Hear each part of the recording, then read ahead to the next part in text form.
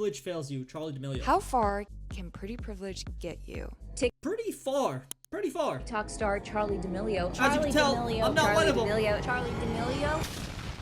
Damn! Damn! I was like, oh, that's a crazy fall off. I'm not gonna lie. She getting close to my numbers here. that's it, I'm famous. Don't talk to me. Not anymore! Guys, it's Charli and I'm super excited to be sharing with you my... Dude, I still can't believe this was real. She would be talking and then emoting at the same time. She was, hey guys, how we doing? Yeah, today we're gonna be doing makeup challenges. I'm like, bro, what you doing there? Relax. First ever YouTube video on my YouTube channel. Ow. Ow! If there was one person who saved the universe in their past life, it must be Charli D'Amelio, because she was dealt with everything anyone could ever ask to be successful. A virally beautiful face and body, every opportunity in Hollywood, commercial, Okay, boomer. the top talent agency in the industry, a book deal, a reality TV show, a clothing line, a How did she have all this and still fail? God damn! makeup line, a record deal. But somehow, there is still a way to mess everything up. Just really need to admit this to you guys. I actually do have nipples. And I mean, that's really, like, that's all that I can say about this. Wait, wasn't she crying that somebody else was about to pass her to 100 million followers? And she's like, I only have 99 million. I'm like, 99 million more than me. So how did the D'Amelios screw up more than $32 million worth of pretty privilege? That's exactly the mystery we are going to uncover today. But not only that, as your marketing bestie, who graduated top 1% UCLA Business Economics with a background in marketing, we are going to explore how pretty privilege can still fail you if you have a terrible brand, and how you, yes you, no matter if you have pretty privilege or not, can build a successful brand to help you down your career. And by brand, I don't just mean slapping your name or face on a t-shirt. Branding is about how your future college, future boss, future boyfriend sees you. And I'm creating this series to analyze celebrities from a marketing perspective, because many of whom do not recognize the power of influence they have over a generation of young girls. Go back here. Go back here. Power of influence they have over It's literally 9 to 10-year-old girls that are their fan base. a generation. Like, look, what are you doing there, buddy? What are you doing there? Let's be honest, you're not even a fan. You're just there for the hype. Of young girls.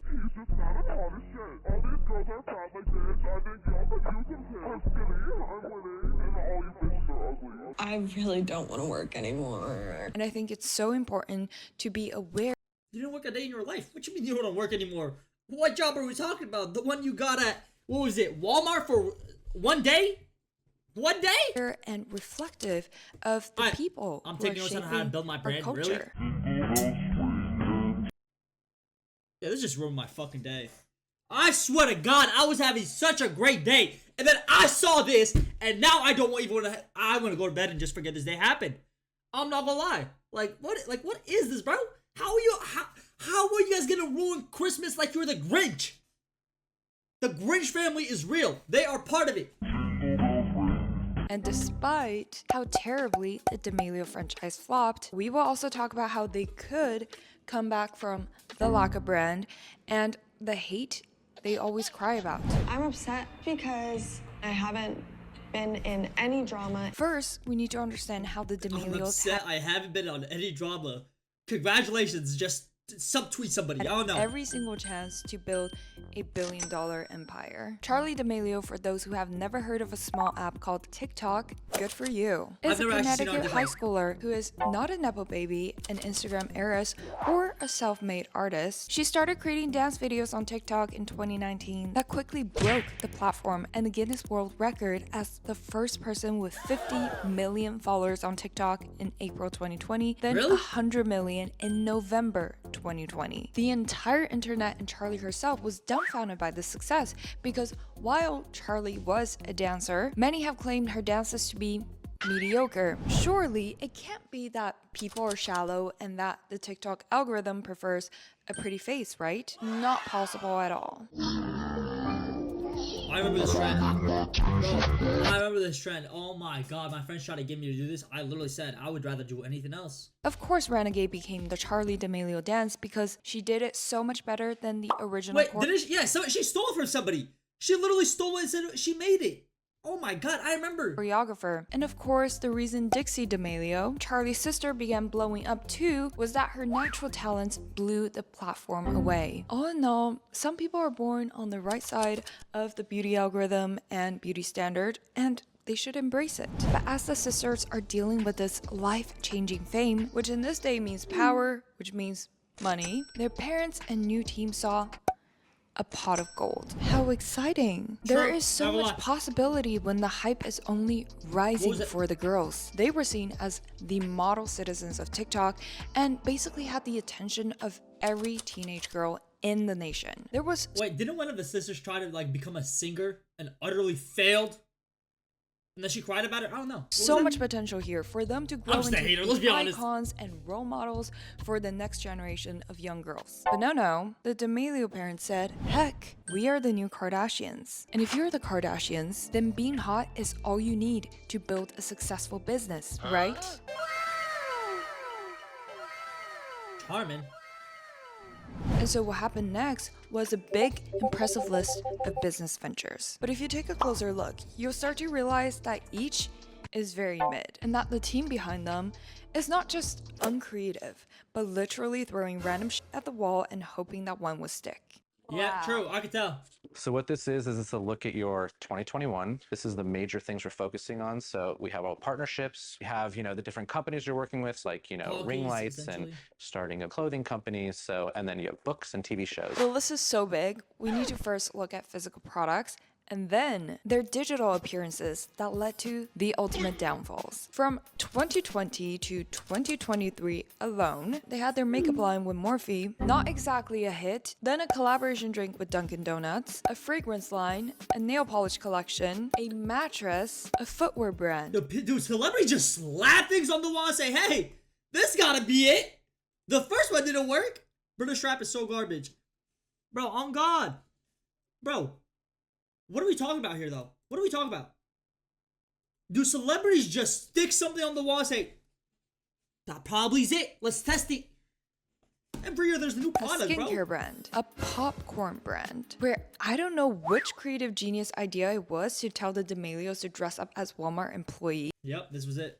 In order to promote this relatable, fun brand. And all they did was to mock the working class where labor was only a fun activity for them. And being so incredibly talented while launching back to back businesses, Charli D'Amelio of course had the time to write a book in 2020. Could she even write? Like, if I know if I read this book, I'm gonna see at least 20 grammar mistakes in one sentence. She does not look like she's the brightest in the bunch. I'm not gonna lie. It looks like there's not a single light bulb in that head of hers. Called Essentially Charli, the ultimate guide to keeping it real, which became a New York Times. Keeping it real? You have not struggled a day in your life. What is you keeping real? Oh, I just woke up, I had a steak for breakfast, and then I had shrimp with cocktails on dessert. I don't know, I had a big chocolate chip. Like, what are you keeping real? The brownies? Bestseller. If there was an award for launching the most number of unmemorable businesses, the D'Amelios probably would have won. Probably. Not gonna lie. That's my laundry being finished. If I didn't tell you, you probably don't even know half of these brands existed, and some of them I didn't know a single one of them existed. Deceased. Because honestly, by the speed that these products were launched immediately following the blow up, there is just no way that they were developed with care and passion from Charli and Dixie. These brands have no connection with them. Like, why shoes? Why popcorn? Why mattress? It's just slapping the D'Amelio label on a bunch of consumer goods that are very mid themselves. D'Amelio footwear is recommended by doctors to treat broken ankles. Don't say.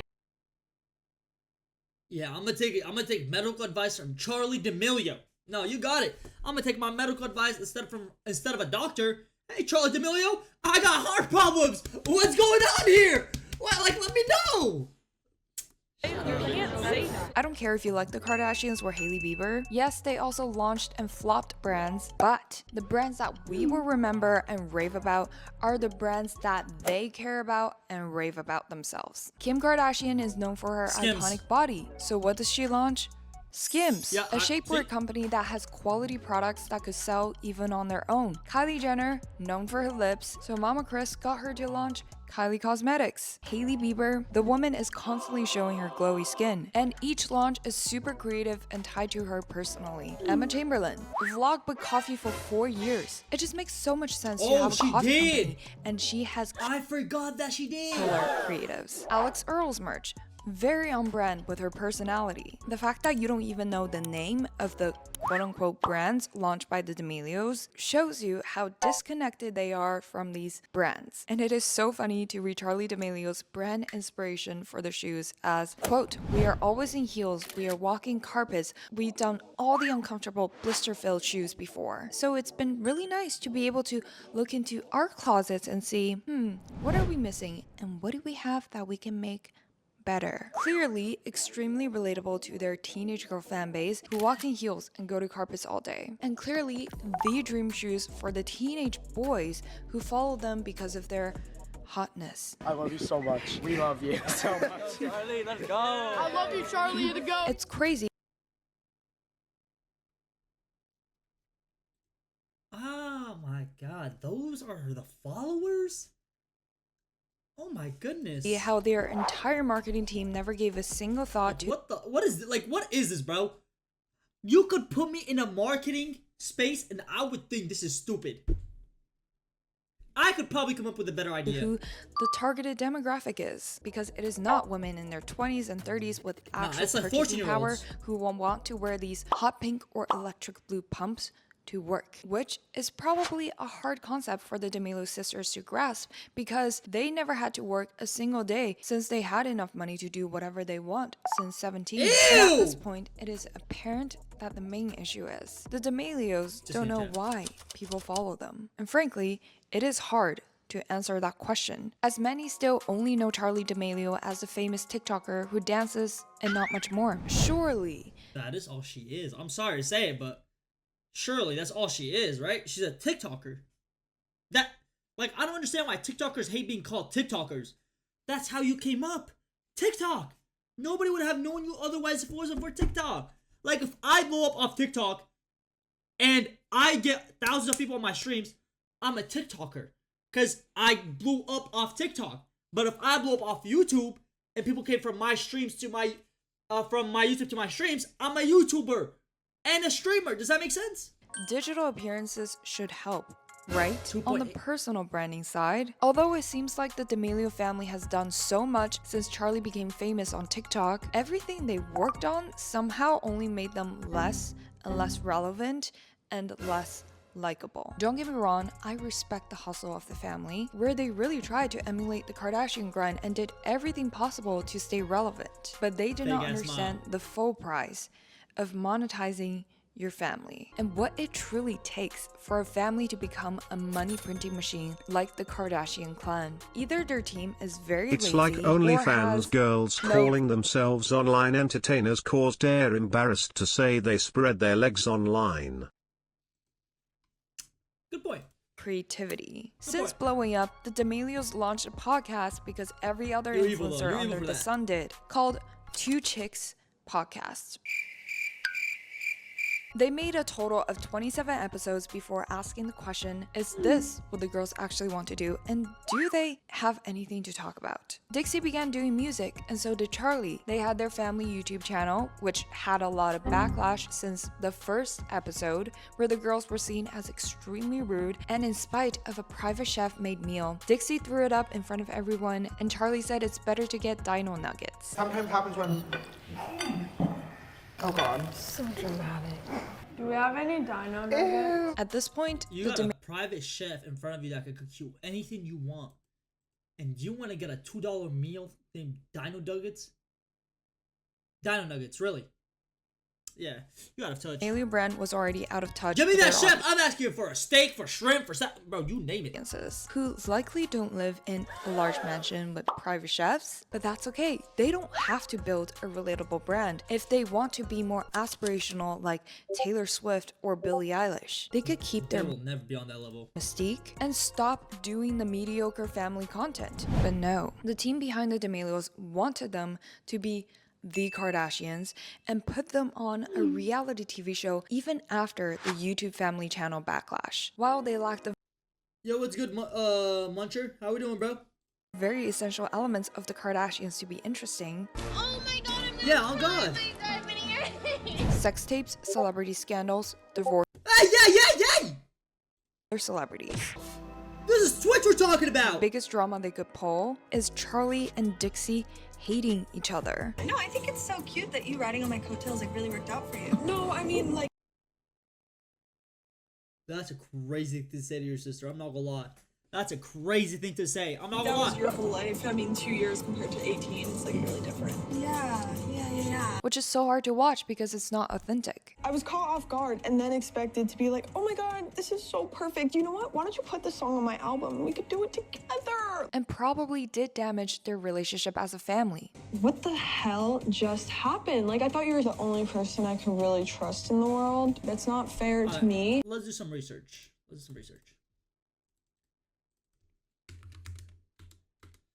Dixie D'Amelio. Let's do some research. 18.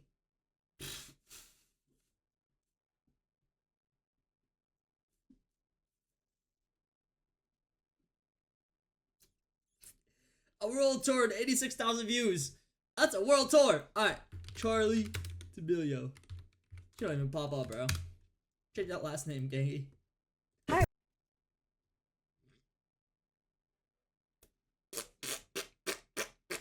I'm kidding, chat, but damn, man. Oh yeah. See, this is a fall off. I'm not gonna lie, that's a fall off. So 19 mil to 40K. Views looking rough. In addition, the fact that almost every single episode was about the sisters facing hate from people on the internet due to their massive following and massive presence online is very jarring for the audience. Not saying that the hate they're dealing with is not valid or important, but to their viewers who don't understand a life of never needing to work since 17, having the luxury of time to cry repeatedly in a mansion and complain is very off-putting, where there's a lack of awareness of privilege. The biggest challenge they have to face in life is the hate that come from having hundreds of millions of followers, where many cannot even afford a roof over their heads and have to stress. Bro, I'm not gonna lie, if I have millions and millions and millions of dollars, y'all can hate me anytime you want. Guess what? I'm not gonna care. I'm sorry.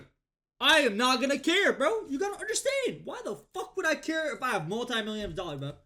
About where the next meal is. The impression of Charlie and Dixie not being appreciative of the capital, money, and power they have is not only unrelatable, but also unlikable. And if they're building brands after brands after brands that depend on their personal brand and people liking It's them, dumb, though. then if people don't like them, then of course the brands they release every few months flop. In addition to how each product has no soul or passion. Since They the just very throw it on a start, stick. except for maybe Charlie and her dancing, there was not a soul or passion in every project that D'Amelios touched on. D'Amelio footwear is recommended by doctors to treat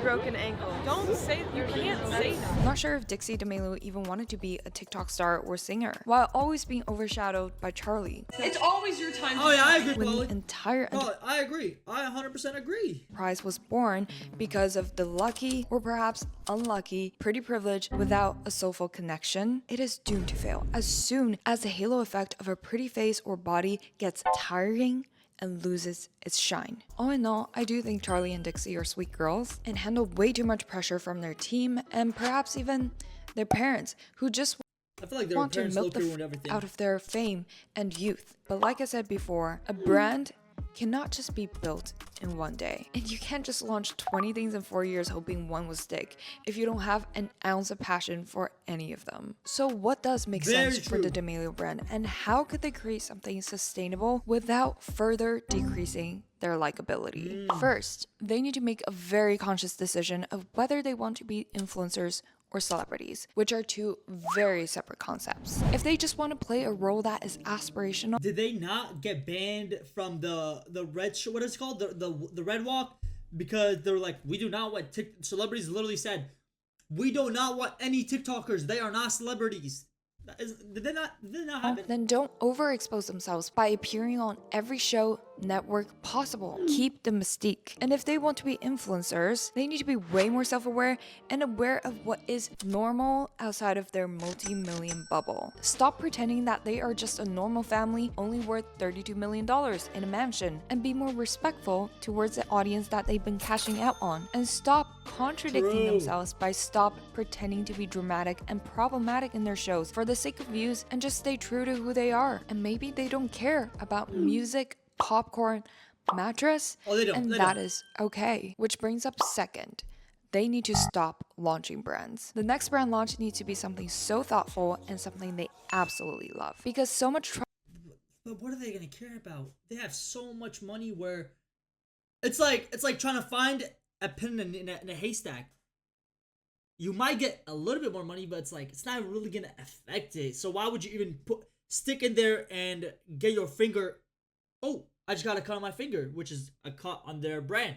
See, it's like they just don't care, bro. Has already been lost. They need to let every milliounce of the next product to show that they poured their soul and their heart into it. And maybe they're not passionate about anything right now, which is also okay. Do some soul searching first, then develop the product that their audiences actually need. And to be honest, if they don't care about products, they don't need to create one. There is already enough money to be made from working with existing brands that align with them. Third, not sure about Dixie, but Charli's initial dream was related to dance, and her going on Dancing with the Stars was a great move. It just aligns so well with who she is at the core. Instead of starting drama just to start drama with Dixie about pursuing singing. Many people initially follow Charli because of the positive energy she brings, and maybe from dance, she could create a product that finally connects with her, that helps solve problems for her as a dancer, like gear that prevents dance injury that could eventually be pushed out to a broader athletic market, or dance athleisure that's extremely durable yet comfortable and cute during practice that could eventually become its own clothing line, instead of popcorn and mattress. With that being said, although times have changed and the D'Amelio sisters are highly unlikely to regain that surreal level of mass attention again, all they need to do is to build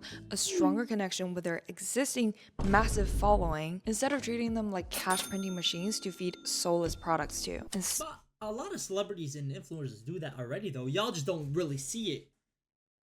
A lot of celebrities, if you really look closely, chat, they just do not give a shit about their friends no more. Brother is not at TwitchCon. I know I was at TwitchCon. My bad. I gotta change the title.